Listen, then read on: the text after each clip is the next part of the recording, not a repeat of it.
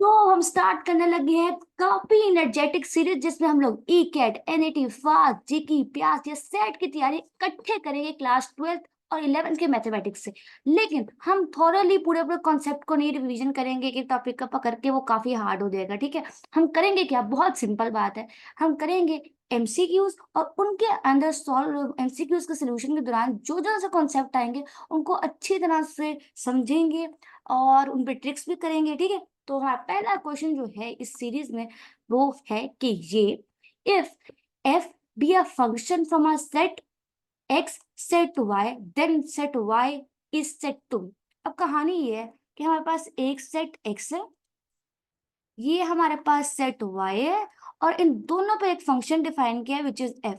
है ना, पहली बात को ये मतलब, तो उसने पूछा ये है कि अब जल्दी से बताओ कि जो सेट y है, जो दूसरा सेट है, इसको क्या कहते हैं।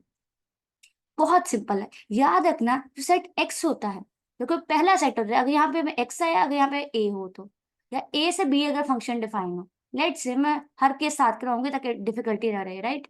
सो अगर पहला सेट ए हो या दूसरा बी हो, पहला एक्स हो या दूसरा वाई हो, ठीक है, दोनों केसेस में जो सेट ऑफ इनपुट्स होता है, पहला सेट जो सेट ऑफ इनपुट्स होता है या फिर सेट ऑफ इंडिपेंडेंट क्वांटिटी होता है, उन्हें हम क्या कहते हैं, तुम जानते हो क्या है, डोमेन। जो दूसरा सेट होता है वो सेट ऑफ आउटपुट्स होता है या फिर वो सेट ऑफ डिपेंडेंट क्वांटिटीज होता है, उसे ये बोलते हैं कोडोमेन। अब इस सवाल को पढ़ते ही ना, फटाफट बच्चे क्या करेंगे कि जल्दी से रेंज को टिक कर देंगे।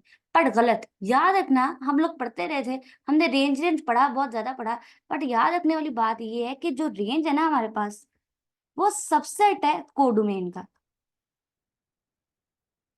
ठीक है, अगर यहाँ पड़े हुए सारे एलिमेंट, यहाँ के सारे एलिमेंट के साथ मैप हो जाए, यहाँ पे कोई एलिमेंट ना रहे, तो डोमेन और रेंज एक दूसरे के इक्वल भी हो सकते हैं। लेकिन ऐसा भी हो सकता है यहाँ पे कुछ एलिमेंट मैप हो और कुछ ना हो। ठीक है, यहाँ पे कुछ एलिमेंट्स अनमैप्ड भी हो सकते हैं। ठीक है, तो उस केस में हमारे पास ये वाला जो है वो कोडोमेन होगा, और जो मैप्ड होंगे वो रेंज होगा। ठीक है, तो याद रखना दूसरे वाले सेट को क्या कहा जाता है, कोडोमेन। सो इसका सही आंसर आपके ख्याल में कौन सा होगा, सोच के बताना। वेल डन, कोडोमेन होगा। चेक कर लेते हैं हमारा आंसर ठीक है या नहीं। ठीक है, चलो आ जाओ, this is over right question. ठीक है, सो पढ़ने की बात क्या है कि याद रखने वाली बात ये है कि ये कोडोमेन होता है, right. So this is all.